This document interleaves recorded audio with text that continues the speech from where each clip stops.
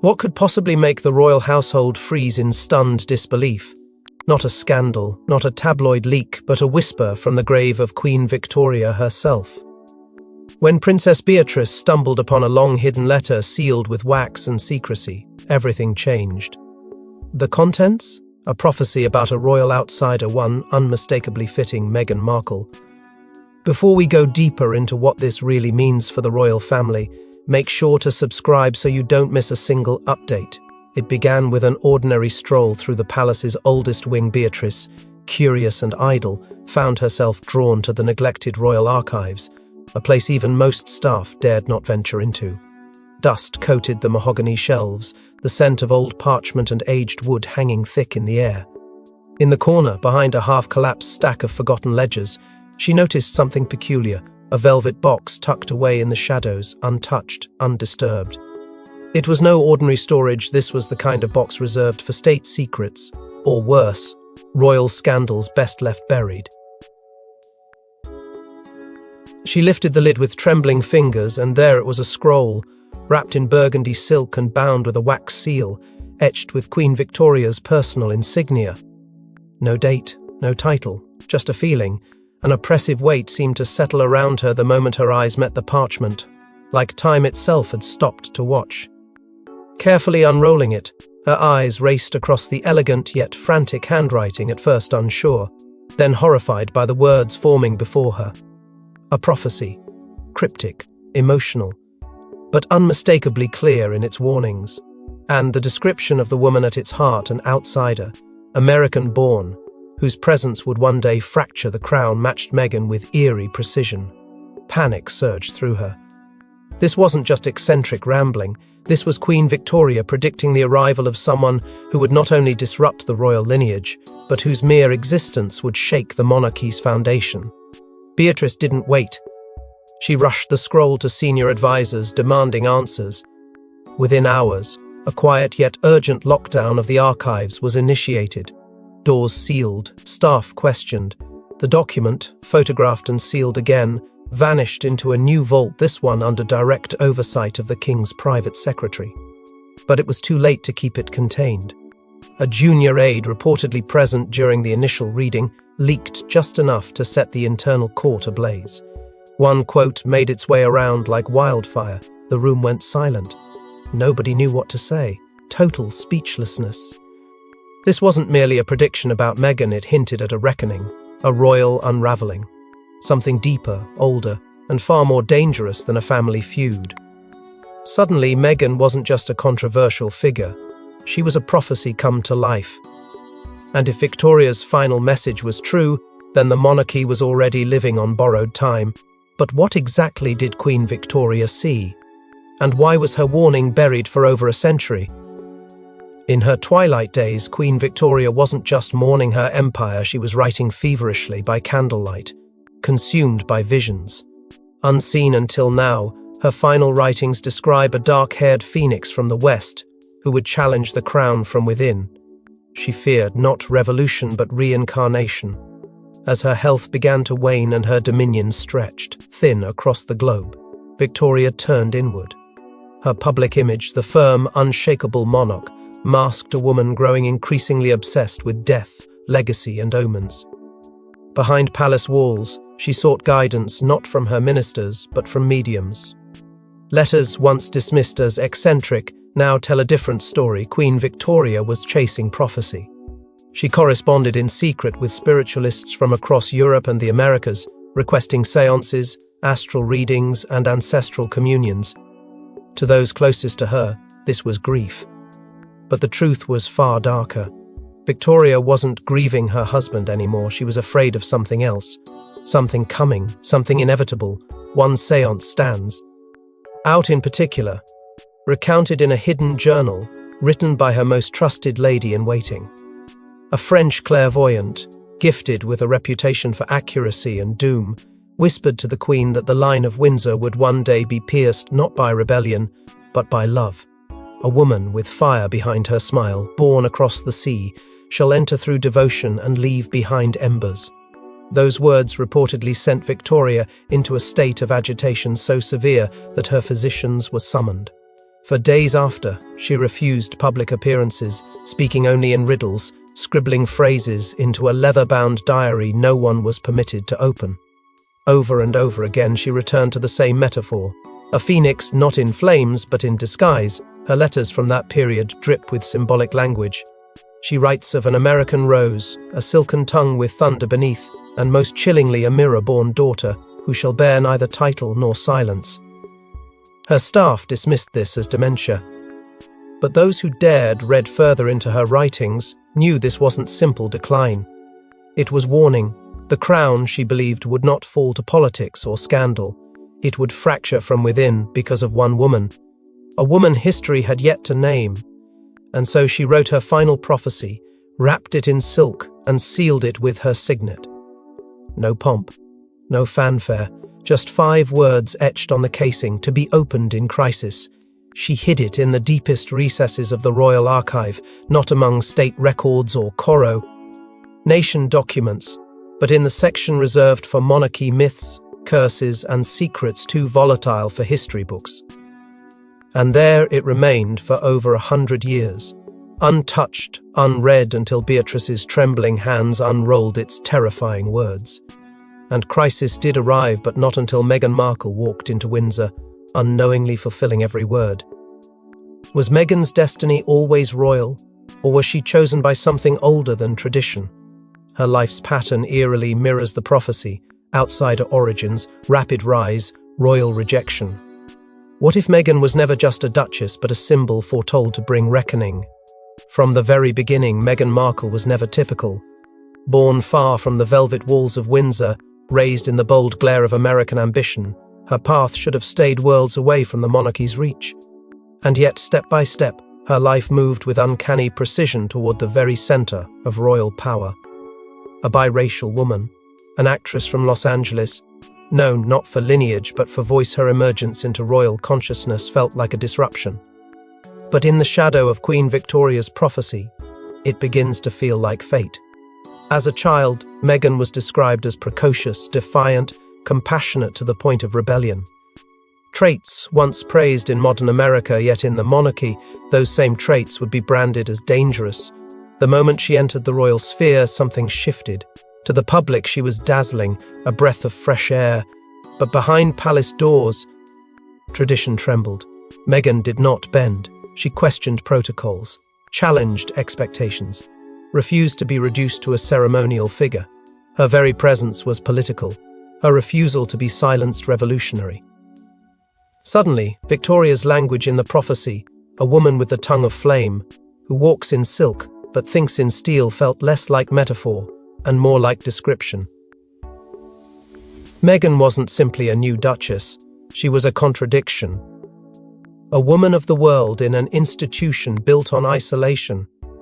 As her popularity soared and the press circled like vultures, a new pattern emerged, the same one Queen Victoria had warned of. Public adoration turned to suspicion. Headlines turned cruel. Inside the firm, whispers grew louder. Why was she breaking protocol? Why did she speak of mental health, of race, of love unshackled by hierarchy? The royal playbook had no chapter for her. And in her rejection, first by media, then by palace machinery, the prophecy came alive again. The American rose had entered, bloomed, and was now being pruned. The phrase "shadow from the west" was found word for word in Victoria's scroll. Until now, no one knew what it meant. Now it felt unmistakable. Modern spiritualists, shown fragments of the prophecy after its leak, were quick to draw connections. To them, Meghan's arrival marked not a coincidence, but a karmic reckoning. They spoke of reincarnation, of blood debts tied to colonial roots, and of a woman who would unknowingly become the key to unlocking buried royal shame. Beatrice, watching this unfold, grew pale with dread. Each headline, each conflict, each tear in the veil of royal unity mirrored Victoria's words more closely than the last.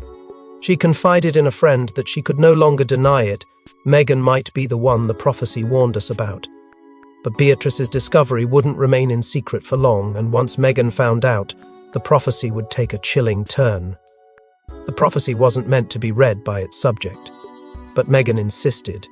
And when she finally read Queen Victoria's ominous words, her reaction left even her closest confidants shaken. Tears, laughter, or silent recognition? When the scroll finally reached Meghan's hands, it came with resistance. Advisors warned against it. Even Harry, ever her protector, hesitated.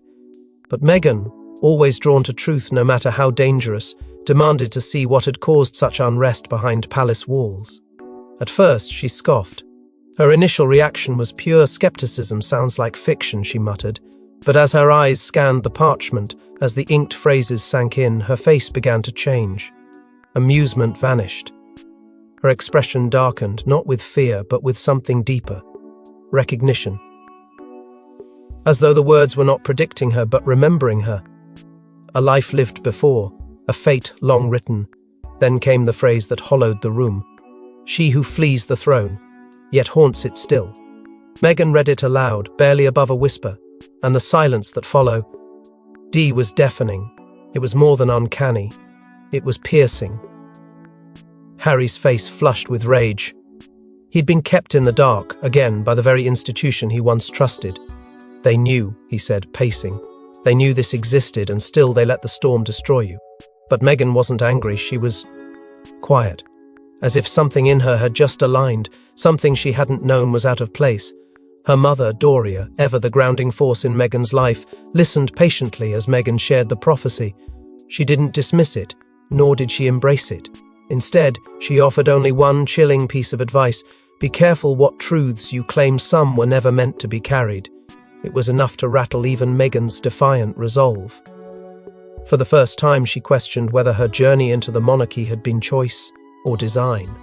Was she simply a woman in love, or a vessel moved by forces beyond her comprehension? The scroll didn't just tell a story, it mirrored her life with terrifying accuracy. An outsider, a challenger, a firestarter cloaked in grace. Each word, each symbol seemed to thread itself through her memories. The wedding watched by millions, the silent war with the tabloids, the coldness behind palace smiles, the exile wrapped in royal politeness. She no longer knew if she had stumbled into history or if she had always been its instrument. While Meghan wrestled with destiny, the palace faced a far more urgent dilemma: suppress or surrender to the prophecy's power. Meetings went on until dawn. Phone calls to MI5. Codename Nightshade activated for the first time in 73 years. What started as a forgotten parchment had now become a threat to the monarchy's very survival. The atmosphere inside the palace shifted from cold anxiety to controlled panic. As Meghan's reaction to the prophecy sent whispers rippling across continents, inside the royal institution, the wheels of power spun fast and in absolute secrecy. King Charles summoned his closest circle, Prince William, senior advisors, legal counsel and intelligence liaisons, for a crisis meeting behind closed doors. The scroll had not only resurfaced, but now existed in the hands of its prophesied subject. For the monarchy, this was no longer symbolic, it was nuclear. And when Charles looked across the room, his voice low and hardened, he said what everyone else feared to admit. We can't be ruled by the dead. But the dead, it seemed, were speaking louder than ever. The lockdown of the archives had not gone unnoticed. Journalists smelled blood. Several tabloids had already hinted at a Victoria's secret circulating in the upper echelons of royal power. A leak was inevitable, and if the full text of the prophecy ever hit the public, the monarchy would not be able to spin it as fiction. It was too old, too authenticated, too precise. Charles ordered the palace's elite press team to begin crafting counter-narratives, but even they seemed rattled. How do you discredit Queen Victoria herself? Oil historian, one of the few remaining experts on Victorian-era arcana, was brought in under a fake name and escorted through a back entrance to review the document.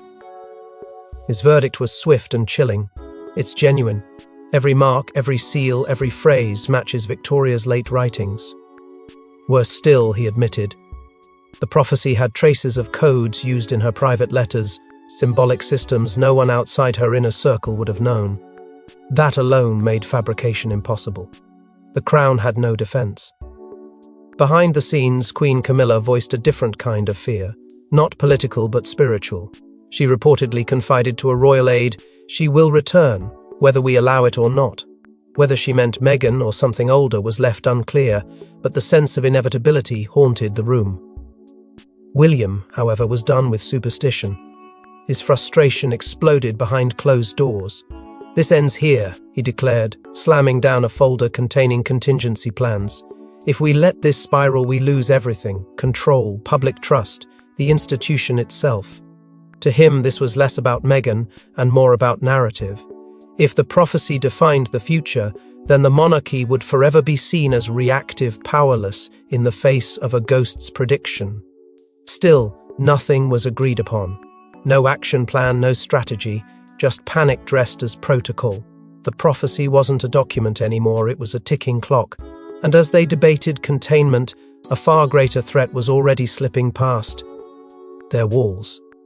But ending a prophecy isn't as easy as tearing a page, and the crown was about to face its most unexpected betrayal yet. Princess Beatrice was never meant to be part of this storm.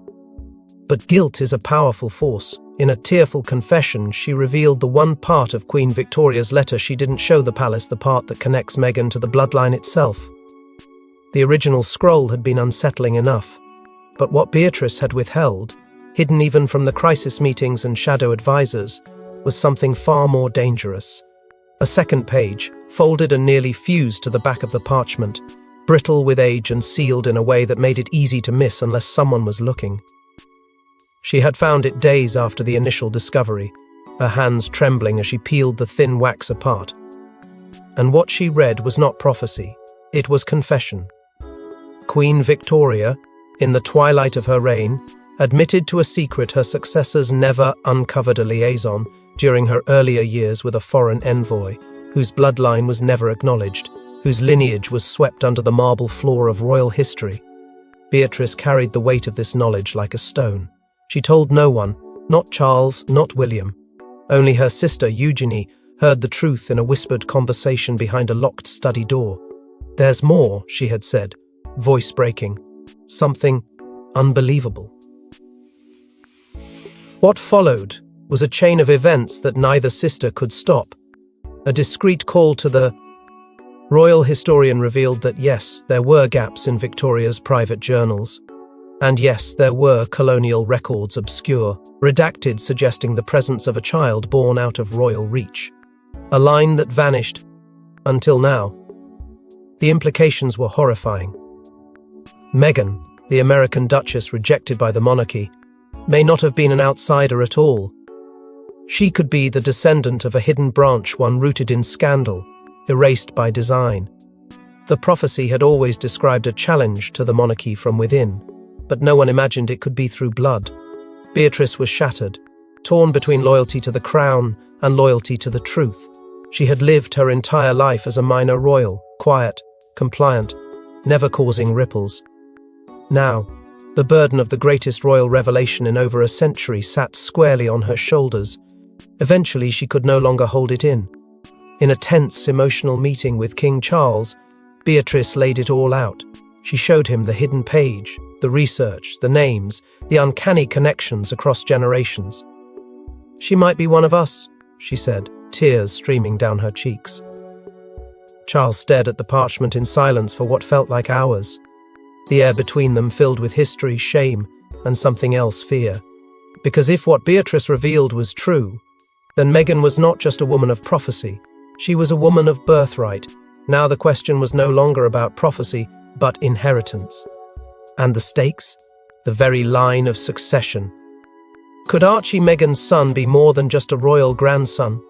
Some palace insiders began whispering of the unthinkable, that Archie's blood could carry the ancient right Queen Victoria described, a right not even William could deny.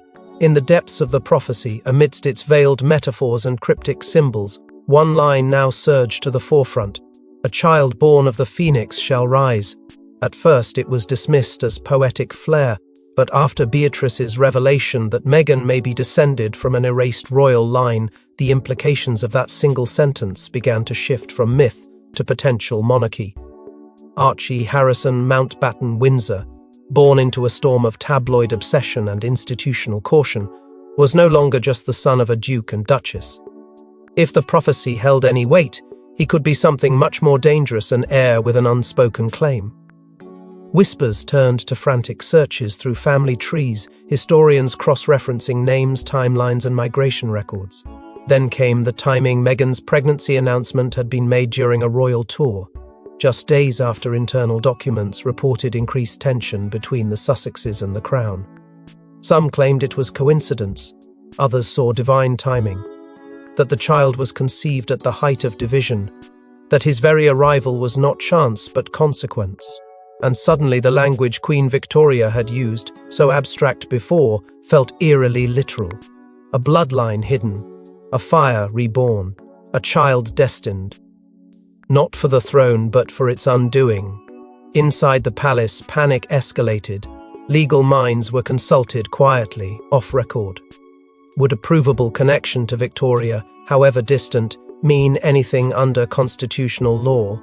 Or was the danger more symbolic? Public perception, media fury, the notion that an unofficial heir existed outside the palace's control?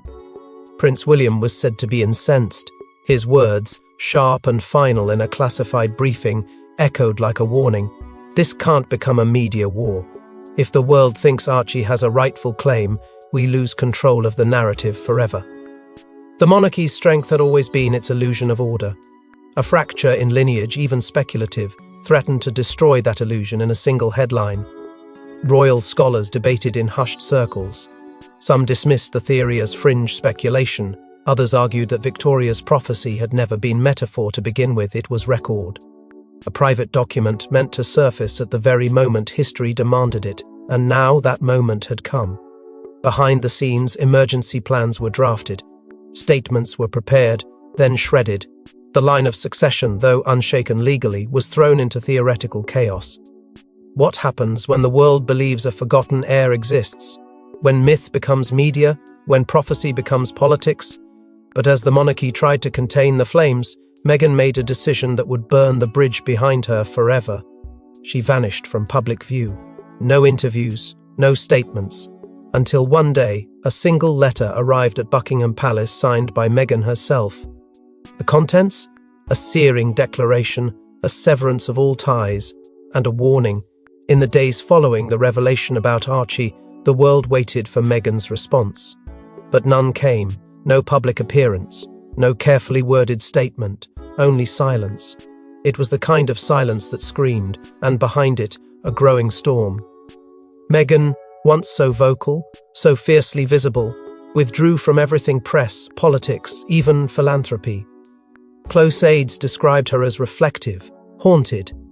Some believed she was weighing her identity against the prophecy. Others said she was simply grieving what never truly belonged to her. But one thing was clear, something was building. And then, without warning, it arrived. A single envelope, cream-coloured and sealed in wax, delivered by hand to the gates of Buckingham Palace. No press release, no signature line. Just one name on the outside: Charles. What lay inside would shake the monarchy more than any tabloid ever could. The letter, short but potent, carried no apology, no plea. Instead, it was a declaration of sovereignty.